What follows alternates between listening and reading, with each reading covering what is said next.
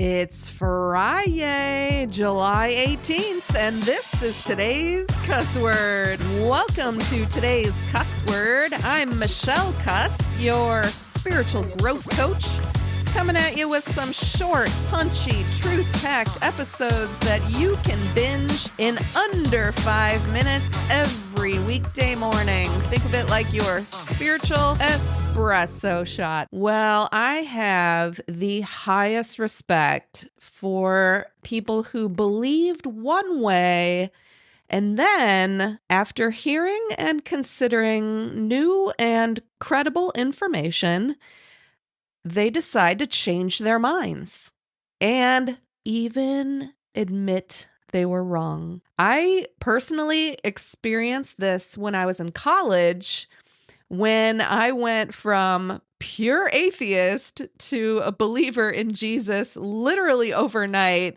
after a pretty profound encounter with the Lord. I experienced 5 years of this when I was in Bible school, as pretty much all of my beliefs were challenged. And then I started experiencing this phenomenon again in my doctoral program when, once again, a lot of my theology and assumptions started to be challenged again. In fact, my doctoral advisor has this very eloquent disclaimer that he puts at the beginning of all the books that he writes that basically says, and I'm paraphrasing here, I reserve the right to disagree with myself. I experienced this phenomenon when I stopped listening to certain media outlets and certain teachers and preachers and found better ones that I felt like aligned better with who I am. I experienced this when I discovered the quote unquote healthy food that I was eating that was actually poisoning my body, and the bad food, the quote unquote bad food, like bacon, that actually turned out to be good for me. So I hope that this experience continues for my entire life as my beliefs are refined and corrected and adjusted over and over and over again. The Christian jargon for this type of attitude or heart posture is called teachability. Today's cuss word is this: teachability is a superpower. There is absolutely no shame, my friend, in being wrong. Maybe you were lied to. Maybe you were taught something incorrectly by someone else who didn't know any better. This can be true in theology. It can be true in politics. It can be true in health.